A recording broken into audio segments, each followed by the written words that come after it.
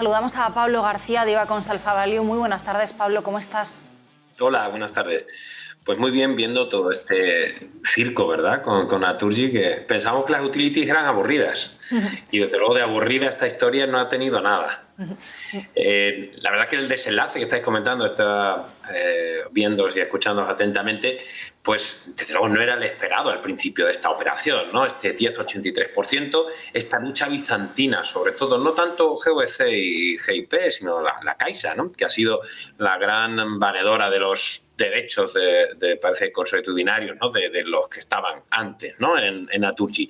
Pero yo creo que esto es un aire fresco y sorprendido con la subida de los títulos, porque desde luego el sector no está como para tirar cohetes, y lo que nos está diciendo el mercado es que va a haber, que la lucha va a continuar, que ese 10,83% el mercado te está diciendo que no es suficiente para el fondo australiano IFM y que va a ir a por más hasta conseguir posiblemente ese 22,7%, pero tendrá que pagar más y tendrá que hacerlo en mercado.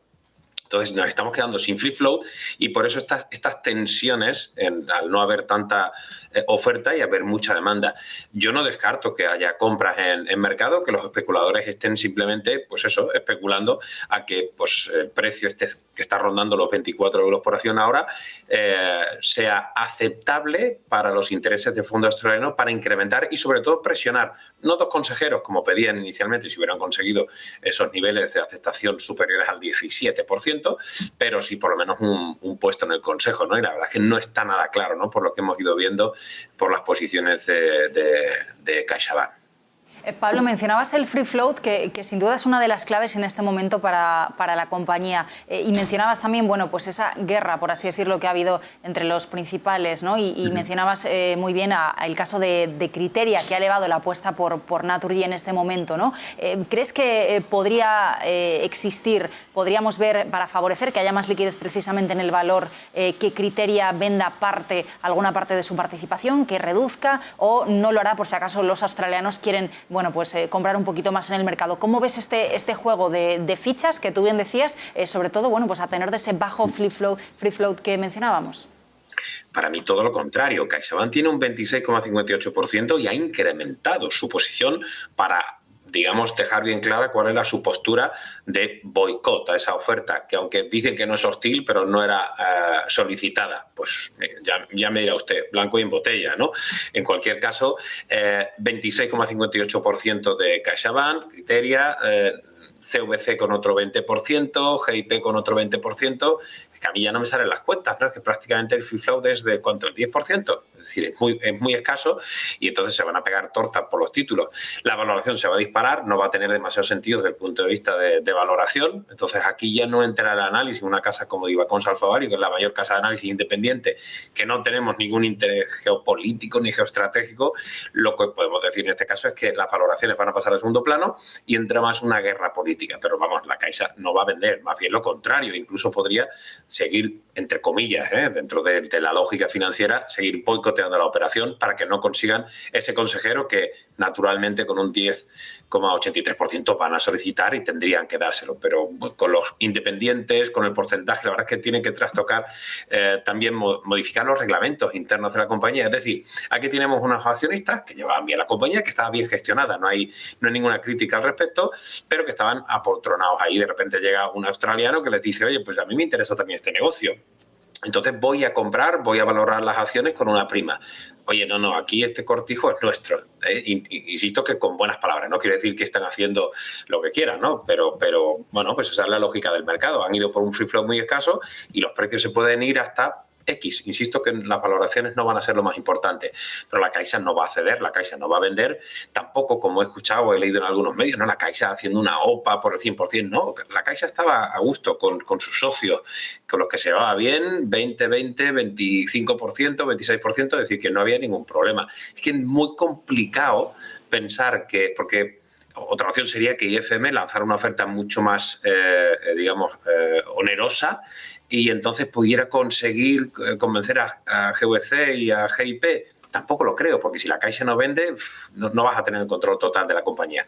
Un galimatías muy complicado, que lo único que hace pues es aupar el precio de la acción y hacer ganar a los minoristas que recomendar comprar Naturgy ahora nos cuesta mucho porque, insisto, no es como otras operaciones en las cuales ves que tiene sentido que haya una OPA por el 100%, que haya una contra-OPA, que haya una lucha de... La verdad es que yo estoy sorprendido, muy entusiasmado con ver cómo va a terminar todo esto, pero lo más lógico es que se reúnan los 4 grandes accionistas de la compañía, intenten llegar a un acuerdo, a un consenso con ese puesto en el Consejo de Administración que solicitan con mucho sentido el grupo australiano.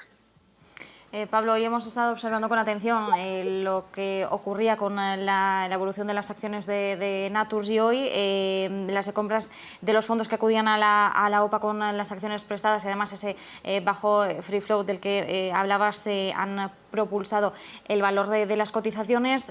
Interesante ver el rango de free float en el que está ahora Naturgy. Ya conocíamos que después de esa oferta de IFM podría oscilar en un rango de entre el 7 y el 12%, algo que mirábamos también con mucha atención, preguntándonos bueno, hasta qué punto Naturgy se puede mantener en el IBEX 35 con un free float tan bajo, teniendo en cuenta pues, lo que hemos visto, por ejemplo, en la historia, ¿no?, del selectivo español. Ya tuvimos a Endesa en su día con un free float del 7,94% y así se mantuvo durante 6 años. ¿Cuál podría ser la suerte de Naturgy con un free float tan bajo? Hombre, es posible que salga. Estamos hablando de una capitalización ahora, en el mejor de los casos, de 23.300 millones de euros. Si el free float, como bien has dicho, ya había estimado en torno a cabeza, en torno al 10%, es que no es suficiente para mantenerse en el IBEX. Lo harán de una forma temporal, lo mantendrán de una forma temporal. Incluso hoy ha llegado el precio, estoy comprobando, a 24,87. Francamente, yo no esperaba este desenlace. Es decir, porque no, insisto que no es un tema tanto de analistas como más de especuladores y sobre todo no encuentro demasiado el sentido en comprar, como hemos dicho, una compañía que va a quedar sin free float, en la que no se van a poner de acuerdo para que alguien tome un control potente de la compañía.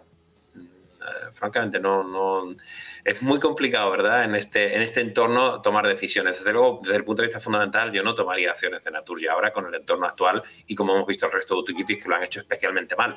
Endesa estaba en mínimos, ha ido rebotando un poco, pero es decir, incluso yo pensaba que las acciones podrían remitir porque se podía entender que al final IFM, pues quedándose con un 10-11%, pues no iba a ser suficiente para conquistar, digamos, metas más allá de eso y entonces pues se iba a parar la acción y se iba a quedar en esa zona de los 22,5, 22 y pico. Pero insisto que estoy sorprendido y quien compre acciones de Naturgy a 24 euros, pues que me explique cuál es su previsión, ¿no? Si es que alguien lance una OPA por el 100%, yo desde luego no lo estoy esperando. De momento ese rebote del 4,6%, 24 euros el título, como bien decías. Pablo García, gracias.